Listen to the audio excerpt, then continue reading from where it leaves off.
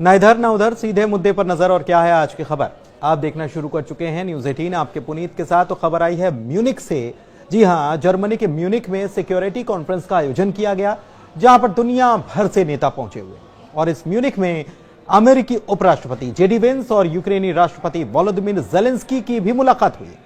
इस मीटिंग में क्या हुआ है, अमेरिका का रुख इस जंग को लेकर क्या है, और यूक्रेन की तरफ से इस मीटिंग से पहले और बाद में क्या बयान आया है, पूरी खबर हम आपको बताएंगे विस्तार से।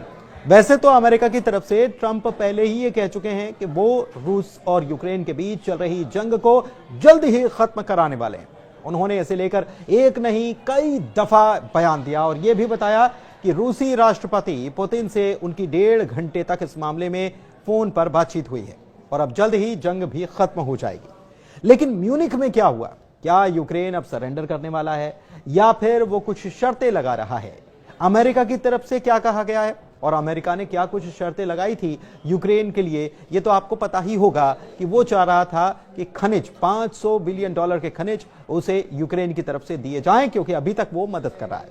तो दरअसल म्यूनिख सिक्योरिटी कॉन्फ्रेंस में शामिल होने के लिए दुनिया भर से नेता जर्मनी पहुंचे और इस बीच अमेरिकी उपराष्ट्रपति जेडी वेंस ने शुक्रवार को जर्मनी में यूक्रेनी राष्ट्रपति वोलोदिमीर जेलेंस्की से मुलाकात की। इस दौरान वेंस ने कहा कि अमेरिका यूक्रेन में टिकाऊ और स्थायी शांति का पक्षधर है और हम ऐसी शांति नहीं चाहते जिससे कि आने वाले सालों में पूर्वी यूरोप में संघर्ष शुरू हो जाए। इसके साथ साथ जेडी वेंस ने यूरोप से यह भी कहा कि वो अपनी रक्षा को मजबूत करने के लिए कदम बढ़ाए ताकि अमेरिका दुनिया में अन्य जगहों पर मौजूद खतरों पर भी फोकस कर पाए।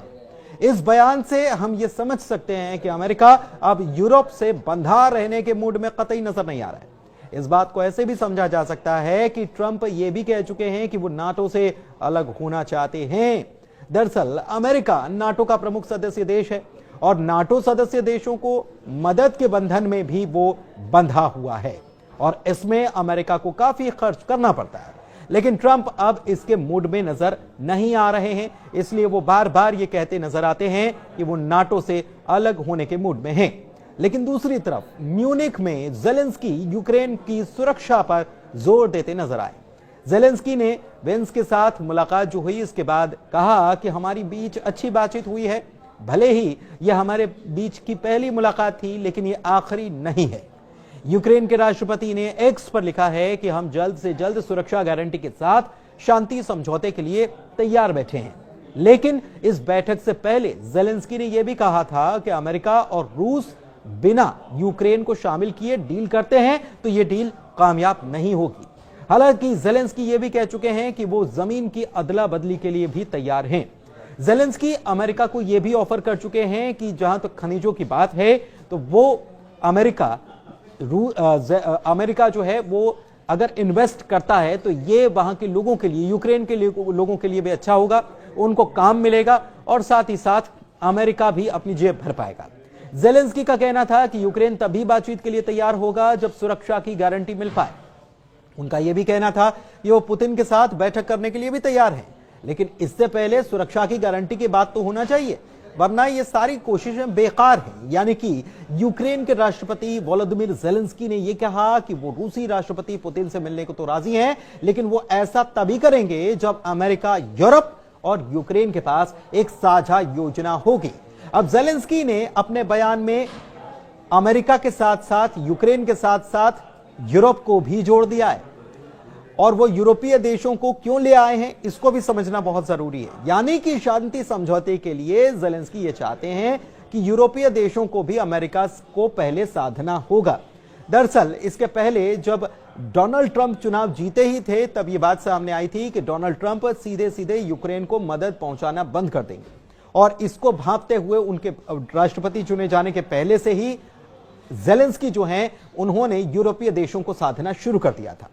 आपको बताएं कि रूस और यूक्रेन जंग खत्म करने के लिए यूक्रेन के राष्ट्रपति जेलेंस्की से मुलाकात में उपराष्ट्रपति जेडी वेंस ने जेलेंस्की से यह भी कहा है कि हम चाहते हैं कि युद्ध खत्म हो और हत्याओं को रोका जाए। जबकि इससे पहले बुधवार को अमेरिकी राष्ट्रपति डोनाल्ड ट्रंप ने दुनिया को चौंकाया था और कहा था कि वो रूस के राष्ट्रपति व्लादिमीर पुतिन से जंग को लेकर शांति वार्ता की पहल शुरू कर चुके हैं।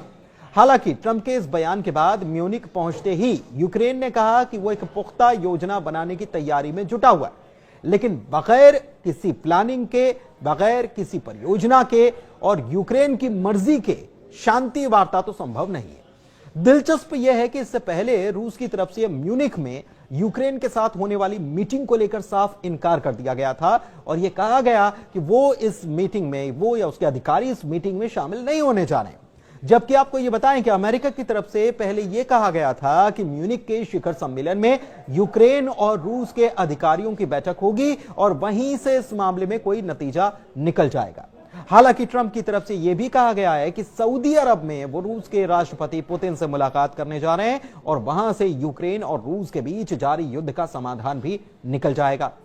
बताएं कि इससे पहले यूक्रेन के राष्ट्रपति वोलोदिमीर ज़ेलेंस्की ने कहा कि ट्रंप के साथ पहले हुई मीटिंग के आधार पर ही युद्ध विराम समझौते पर नहीं पहुंचा जा सकता। अगर जो हमने पहले मीटिंग की है उस पर कुछ बातचीत हुई है तो ऐसा नहीं है कि उसके पॉइंट्स ही आप लागू कर दें। म्यूनिख में अमेरिकी उपराष्ट्रपति जेडी वेंस से मुलाकात के पहले भी ज़ेलेंस्की ने कहा था कि कुछ मसले ऐसे होते हैं जिन्हें सुलझाने के लिए दो राष्ट्राध्यक्षों का मिलना जरूरी होता है। यानी कि ज़ेलेंस्की हर हाल में यह चाहते हैं कि कोई भी बात होने से पहले या फैसला होने से पहले यूक्रेन की न केवल सुनी जाए बल्कि उनकी शर्तों का पहले ध्यान रखा जाए। इससे पहले अमेरिका की तरफ से कहा गया था कि यूक्रेन को नाटो में शामिल होने के बारे में भूल ही जाना चाहिए। इसके साथ ही अमेरिका ने यह भी कहा था कि यूक्रेन की सुरक्षा के लिए यूरोपियन देशों को भी आगे आना चाहिए, जबकि ज़ेलेंस्की ने यह साफ कह दिया कि वो सुरक्षा की गारंटी चाहते हैं और नाटो में शामिल होना उनके लिए सबसे सस्ता और मजबूत ऑप्शन है। धन्यवाद।